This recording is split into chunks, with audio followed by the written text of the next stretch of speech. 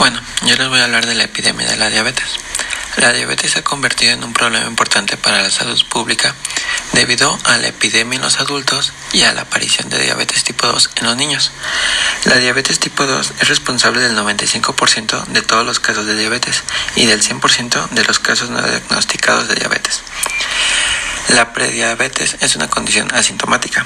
Presenta niveles altos de glucemia con valores superiores a los normales. En la tabla podemos identificar la historia natural de la diabetes tipo 2. La diabetes también se clasifica en 3 tipos según la ADA: diabetes tipo 1, tipo 2 y diabetes gestacional. La diabetes tipo 1 resulta de la destrucción de las células betas del páncreas.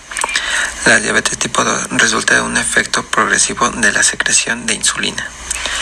La diabetes gestacional se diagnostica en el curso del embarazo.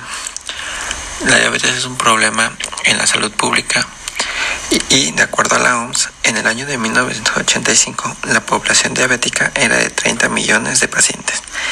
Para el año del 2009 aumentó a 220 millones. Pero si este problema continúa, para el 2030 la población con problemas de diabetes aumentará a 336 millones. Hay complicaciones de la diabetes y estas se dividen en dos: manifestaciones microvasculares y manifestaciones macrovasculares. En las microvasculares podemos identificar la retinopatía, que esta puede evolucionar a una ceguera.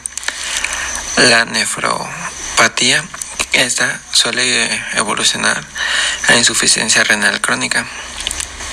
La neuropatía evoluciona a úlceras en los pies, amputación de extremidades, artropatía de Charcot. Las manifestaciones macrovasculares pueden causar la muerte. También suelen presentar ausencia laboral, incremento de gastos en salud pública, ya que para medicamentos se les complica a las personas. La hemoglobina glicada o glicohemoglobina, más conocida con la sigla HbA1c o hemoglobina A1c, tradicionalmente llamada hemoglobina glucosilada, de acuerdo con la International Federation of Clinical Chemistry, es un término genérico que se refiere a un grupo de sustancias que se forman a partir de reacciones bioquímicas entre la hemoglobina y algunos azúcares presentes en la circulación sanguínea. Para entender mejor el proceso de glicación, veamos primero algunos aspectos fundamentales. En condiciones normales, el eritrocito vive en la circulación 120 días y en el caso de la hemoglobina, el mayor componente del eritrocito está formado por 2 dímeros de globina, que en el adulto corresponden a la HbA alfa-alfa-beta-beta, que representa más del 97% de la hemoglobina total, a la HbA alfa-alfa-delta-delta, que comprende menos del 2,5%, y a la hemoglobina fetal HbF alfa-alfa-gamma-gamma, que representa menos del 1% de la cantidad de hemoglobina del adulto. Hay que mencionar que esta condición se alcanza a partir del primer año de vida.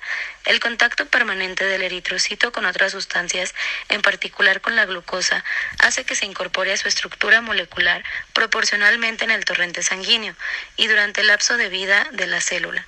A través de los mecanismos de glicación, parte de la HbA se convierte a HbA1 y, dependiendo del azúcar que incorpore en sus diferentes formas, conocidas como hemoglobinas rápidas por ser las primeras que eluden en los procesos de cromatografía usados para identificarlas: HbA1a, HbA1b, HbA1c, siendo esta última el 80% de la HbA1. Como resultado de las diferentes reacciones de glicación, la HbA se divide en 2 grupos: la HbA1, que corresponde a la hemoglobina que ha sido resultado de la glicación no enzimática, y la hemoglobina 0, que corresponde a la no glicada. En la tabla podemos observar las reacciones de los productos finales. Vale la pena mencionar que la molécula de la hemoglobina también puede ser modificada por otras sustancias, y dentro de estas en el entorno del análisis de la hemoglobina glicada. Son hemoglobinas químicamente modificadas, conocidas como derivados de la hemoglobina, y frecuentemente las que aparecen son las HB carbamilada y la HB acetilada, que son analizadas en detalle bajo el subtítulo Aumento espurio de la HbA1c en los preanalíticos de la prueba. Aquí se muestran los niveles favorables y no tanto de la glucemia y de la hemoglobina glicada. Aspectos técnicos relacionados con la medición de la hemoglobina glicosilada. En el caso de la hemoglobina glicosilada, no hay que perder de vista las recomendaciones del Comité de Expertos Internacionales y de la ADA, en el sentido de que para que la prueba pueda ser utilizada como criterio de diagnóstico, debe ser realizada en un laboratorio clínico que utilice instrumentos y reactivos certificados por el NGSP y estandarizados de acuerdo con las especificaciones del DSCT, Diabetes Control and Complication Trial. Consultando en el NGSP, aparecen referenciados 88 métodos certificados por ese organismo, que dependiendo de la tecnología utilizada para la separación de la fracción glicada de la no glicada, tendrán mejor o peor desempeño analítico. Métodos basados en la diferencia de la carga eléctrica entre la hemoglobina glicada y la hemoglobina no glicada. La unión de la glucosa, en el caso de la hemoglobina glicosilada, o de otro azúcar a un amino terminal de las cadenas beta de la hemoglobina glicosilada alteran la carga total de la hemoglobina, haciendo que la fracción de hemoglobina glicada migre de forma diferente, usualmente más rápido a la hemoglobina no glicada, cuando se ponen en un campo eléctrico. Métodos electroforéticos. Se basan en el hecho de que la molécula de hemoglobina glicosilada es diferente a la molécula de la hemoglobina. Esta característica hace que puesta la sangre en una corriente se desplace de acuerdo con sus características fisioquímicas relacionadas con las cargas eléctricas.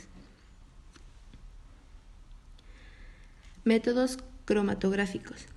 Se dividen en dos grupos. Cromatografía en columnas, también conocida como minicolumnas, invadió los laboratorios clínicos en los años 80 porque es una prueba barata y de fácil acceso.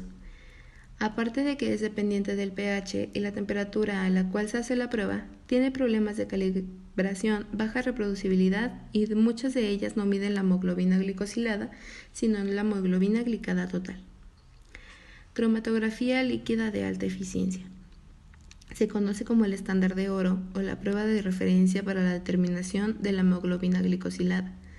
Partiendo de la diferencia estructural que hay entre la hemoglobina glicada en general y la hemoglobina glicosilada, la hemoglobina no glicada es posible separar y cuantificar esas fracciones. Bajo esta premisa se tiene la cromatografía de afinidad, que basada en la capacidad del ácido fenilborónico en solución alcalina de unirse en grupos cis-diol presentes en la hemoglobina glicosilada, que da como resultado la unión de la hemoglobina con la molécula de glucosa, con el ácido fenilborónico o sus derivados. En estos métodos, la hemoglobina glicada se une a una columna que contiene boronato, en donde la fracción hemoglobina no glicada es eluida primero. Este método no se afecta por el pH ni la temperatura, como tampoco se afecta por la presencia de hemoglobinopatías. A principios del siglo XX, la única forma para diagnosticar la diabetes era forma clínica. A finales de los 50 se fundamentó el uso de pruebas de laboratorio con la curva de tolerancia a la glucosa poscarga a los 60, 90 y 120 minutos. A mediados de los 70 se estableció como criterio una glicemia basal, es decir, en ayunas, a una concentración de más de 140 o a las 2 horas poscarga 200. Con esto también se clasificó otro grupo, deterioro de la tolerancia a la glucosa. Si se presentaban concentraciones de más de 140 en ayunas y a las 2 horas poscarga entre 140 y 200 miligramos sobre decilitro. En 1997 se recomendó disminuir los valores a más de 126 miligramos sobre decilitro en ayunas como diagnóstico y se recomendó que la prueba más conveniente era la glucemia en ayunas.